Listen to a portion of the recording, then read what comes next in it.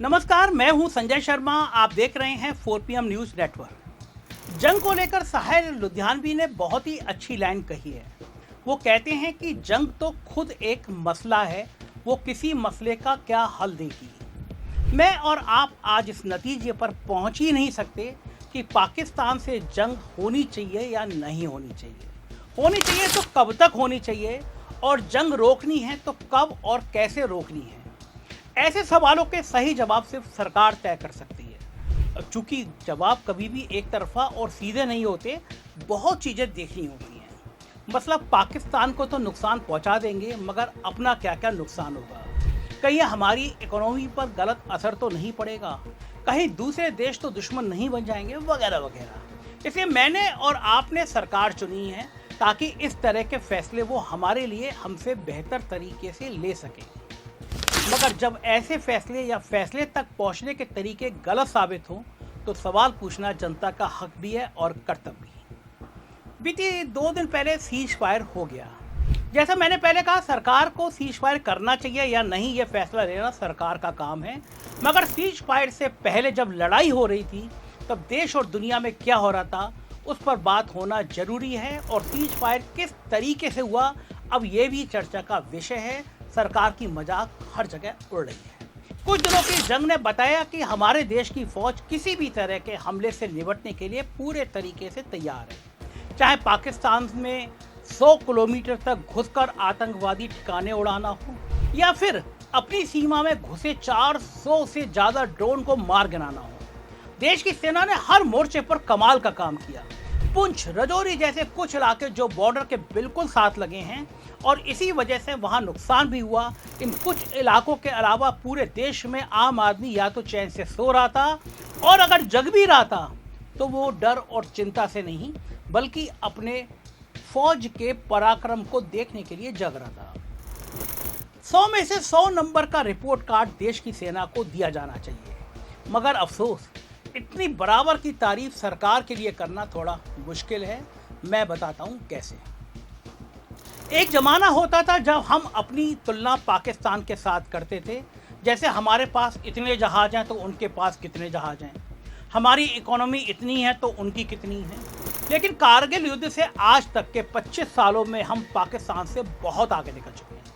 जहां हमारी गिनती दुनिया की बड़ी अर्थव्यवस्थाओं में होती है, वहीं पाकिस्तान एक भूखमरे गरीब देश के रूप में अपनी पहचान बना चुका है। क्या हम पाकिस्तान को अपने बराबर मानते हैं? और ना वो है, कभी मान भी नहीं सकते। लेकिन पिछले एक हफ्ते की खराब विदेश नीति ने हमारे महान देश भारत को पाकिस्तान के साथ उसके समकक्ष बनाकर खड़ा कर दिया है। मानो हम स्कूल के वो 2 बच्चे हों जिनमें अगर लड़ाई हो तो बड़े लोग आकर बस उन्हें अलग अलग कर देंगे, डांट देंगे।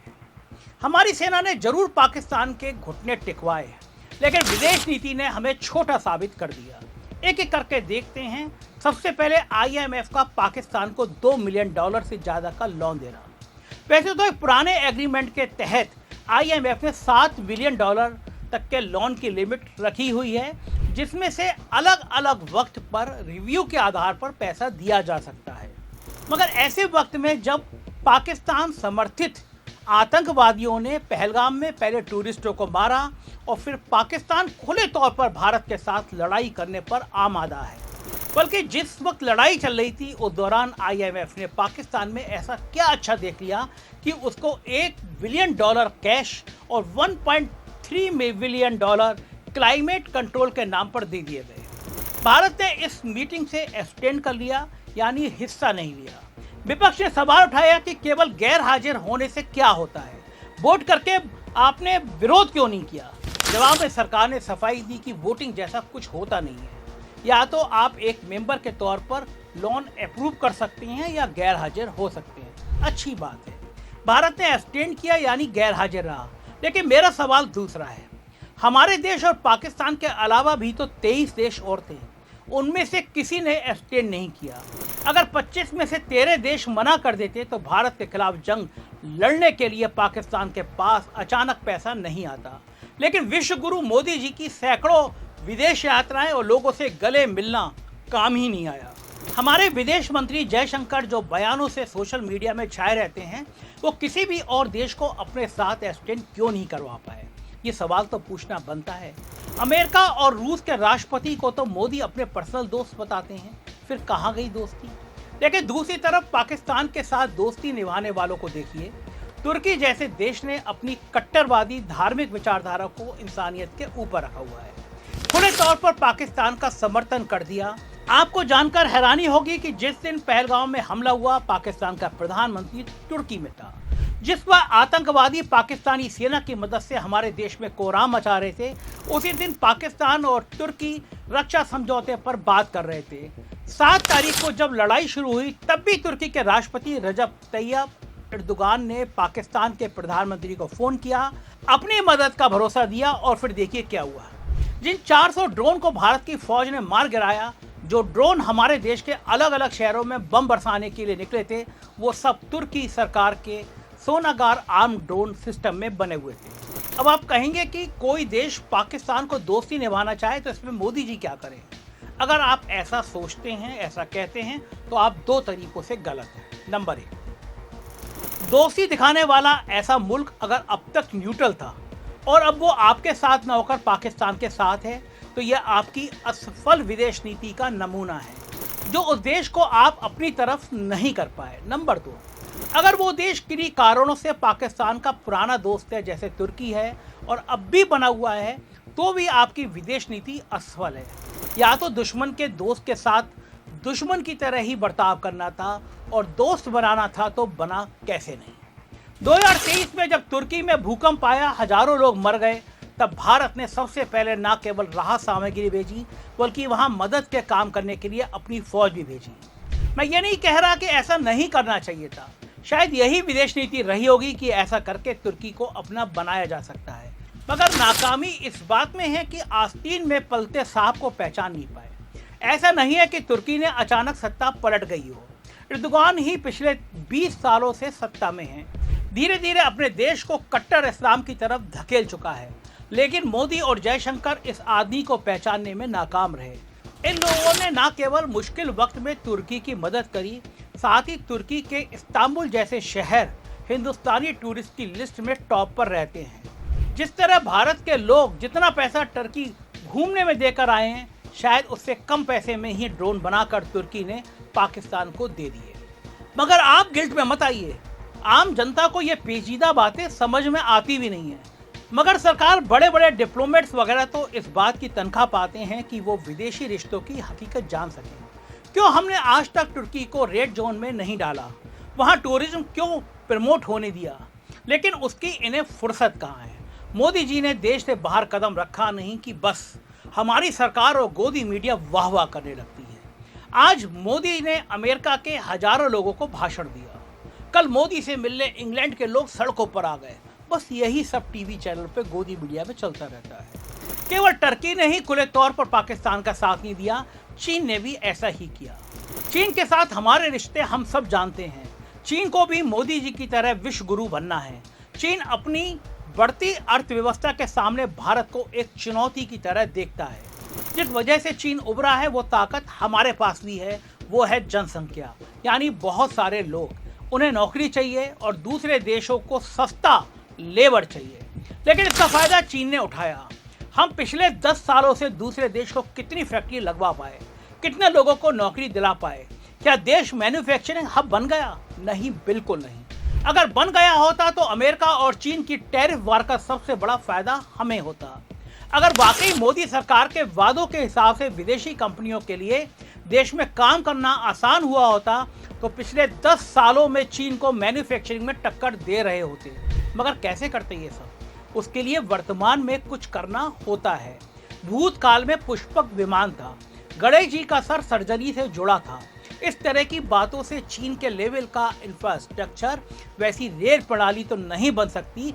चीन तो छोड़िए, जो देश वजूद में ही हमारी वजह से आया, वो भी पाकिस्तान की तरफ खड़ा हुआ नजर आ रहा है। मैं बांग्लादेश की बात कर रहा हूँ। 1971 में भारत की फौज ने पाकिस्तान के 2 टुकड़े कर दिए, तब बांग्लादेश बना।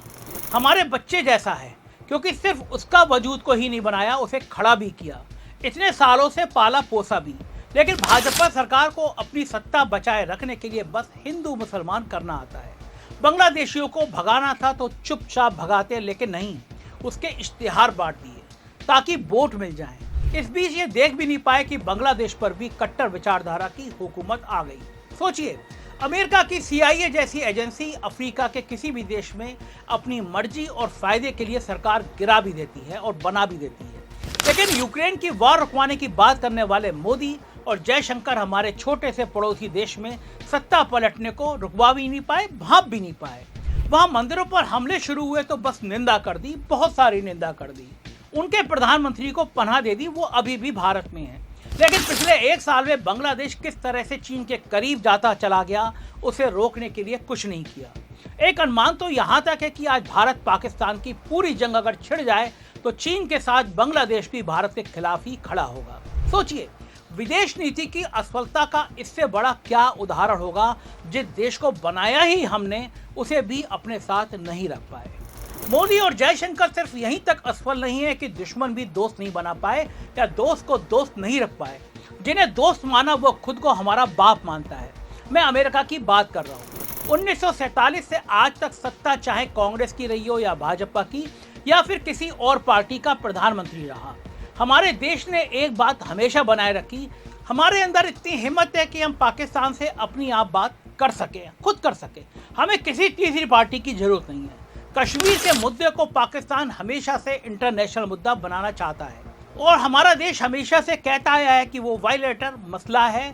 भारत को किसी भी दखलंदाजी, किसी भी सरपंची की जरूरत नहीं है। 1971 में पाकिस्तान के जब 2 टुकड़े किए तो इंदिरा गांधी को अमेरिका ने आंखें दिखाई। 1974 में जब न्यूक्लियर टेस्ट किया तो अमेरिका ने सेक्शन लगा दिए, प्रतिबंध लगा दिए। ऐसे ही अटल बिहारी वाजपेयी के कार्यकाल में हुआ।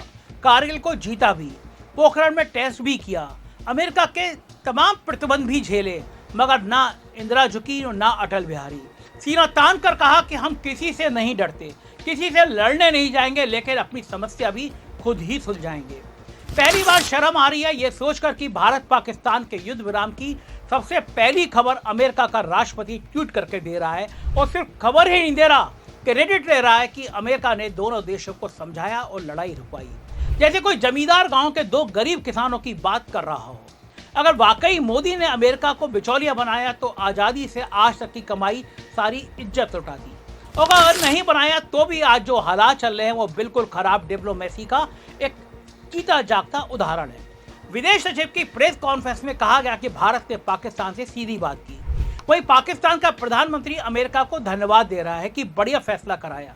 चलिए, पाकिस्तान तो दुश्मन है, उसके झूठे प्रोपेगेंडा को नहीं रोक सकते, मगर मोदी जी के खास दोस्त और उन्हीं की तरह सारे बड़े बड़े क्रेडिट जीवी डोनाल्ड ट्रंप को तो झूठ फैलाने से रोका जा सकता है। मगर अफसोस, सेना की बहादुरी का क्रेडिट गोदी मीडिया मोदी को दे रहा है।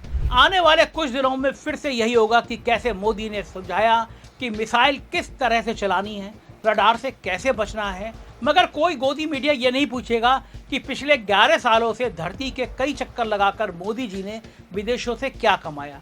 सिर्फ ड्रेस बदली, फंक्शन अटेंड किए, क्या सच में विश्व गुरु बने? मगर हम ये सवाल पूछेंगे, देश के सरकार से सवाल पूछेंगे, क्योंकि देश में सरकार होती है, सरकार देश नहीं होता। और इन जरूरी सवालों के लिए अगर 100 बार भी चैनल बंद किया जाए तो हमें गम नहीं, बस आप लोग जुड़े रहिए, क्योंकि सरकार से सवाल पूछना हमारा हक है और इस हक को हम लेकर रहेंगे। जय हिंद।